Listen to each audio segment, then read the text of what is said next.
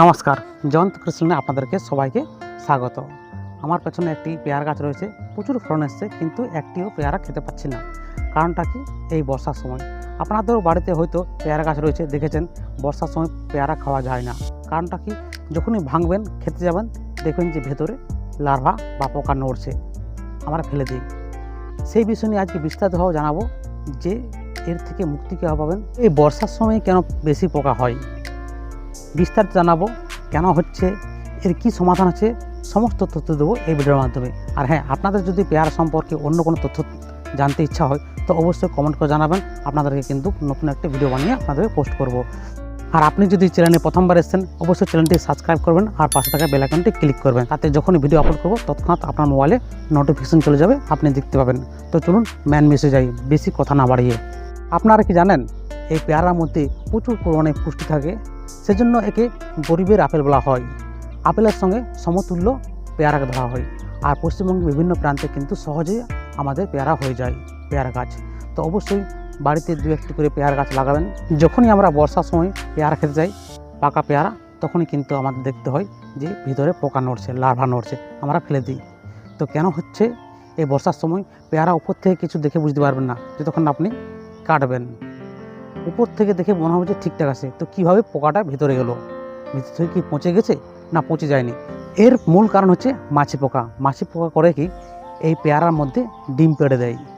সেই ডিম থেকে লার্ভা হয়ে বড় হতে থাকে আর ভেতরে শ্বাসটি কুড়ে খেতে থাকে, তারপর আবার মাছি হয়ে উড়ে চলে যায়। তো আমাদের করতে হবে কি, মাছি পোকাকে ডিম পাড়তে দেওয়া চলবে না।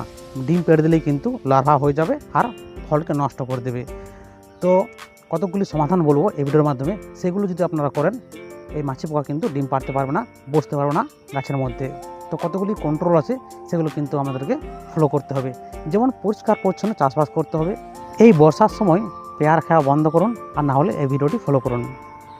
কাঁচা বা ডাসা অবস্থায় ফলন সংগ্রহ করতে হবে, তা না হলে বীজ টোপ ব্যবহার করতে হবে। বীজ টোপটা কি? ঝোল গুঁড়ো নেবেন 5%, তার সাথে 1% নেবেন মেলাথিয়ন, মিশিয়ে নিয়ে কাপড় বা দড়ির সঙ্গে মাখিয়ে নেবেন, আর তারপর গাছের বিভিন্ন অংশে ঝুলিয়ে দেবেন। তাতে কি হবে, সেই আকর্ষণে আসে, মাছিগুলো বসবে ও কাপড়ের মধ্যে আর খাবে আর মরবে।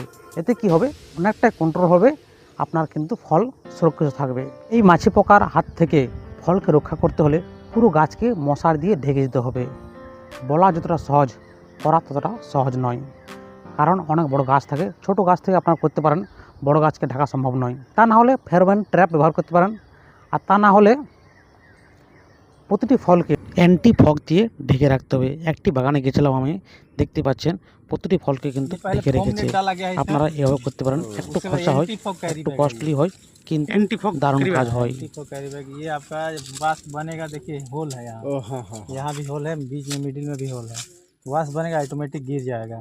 और ये है आपका सन बम, जो सन इफेक्ट नहीं होगा, धूप नहीं लगेगा फल के ऊपर, इसके लिए इसको डाला गया है। প্রতিটি ফল কিন্তু সুরক্ষিত থাকবে, একটি ফলও নষ্ট যাবে না, আর মাছি পোকা বসতে পারবে না। বর্ষার সময় কিন্তু ফল নিতে পারবেন, পেয়ারা ফল, আর দাম কিন্তু মার্কেটে ভালো থাকে এই সময়। ये सब डाला जाएगा। बारिश का আর কত সাইজ হয় মোটামুটি? আপনাদেরকে একটি অ্যান্টি ফগ ক্যারি ব্যাগ খুলে দেখাচ্ছি, কত সুন্দর কিন্তু সুরক্ষিত আছে ফলটি। আর ফলের সাইজ দেখছেন, দারুণ হয়েছে। একটি ফলও কিন্তু নষ্ট যাবে না। এটি ইউজ করলে কোনো কেমিক্যাল ওষুধ স্প্রে করতে হবে না আপনাকে, করতে পারেন এগুলো, আর তা না হলে রাসায়নিক ওষুধ ব্যবহার করতে হবে। তো চলুন রাসায়নিক ওষুধ কী কী ব্যবহার করবেন, কীভাবে ব্যবহার করবেন জেনে নিন। তাছাড়া আপনারা কার্বারিল ব্যবহার করতে পারেন, 1.5 গ্রাম প্রতি লিটার জলে স্প্রে করতে পারেন। তাছাড়া থায়ামাথাক্সাম গ্রুপের ওষুধ যে কোনো, যেমন একতারা, অনন্ত, 1 গ্রাম প্রতি লিটার জলে স্প্রে করলে সম্পূর্ণভাবে কিন্তু চলে যাবে। তার আগে কিন্তু আমাদেরকে পাকা ফলগুলি তুলে নিতে হবে, তারপর স্প্রে করতে হবে, বা আগে থেকে আপনাদেরকে স্প্রে করে নিতে হবে। তো যদি ভিডিওটি ভালো লাগে অবশ্যই কমেন্ট করবেন। ভালো থাকবেন, সুস্থ থাকবেন, নমস্কার।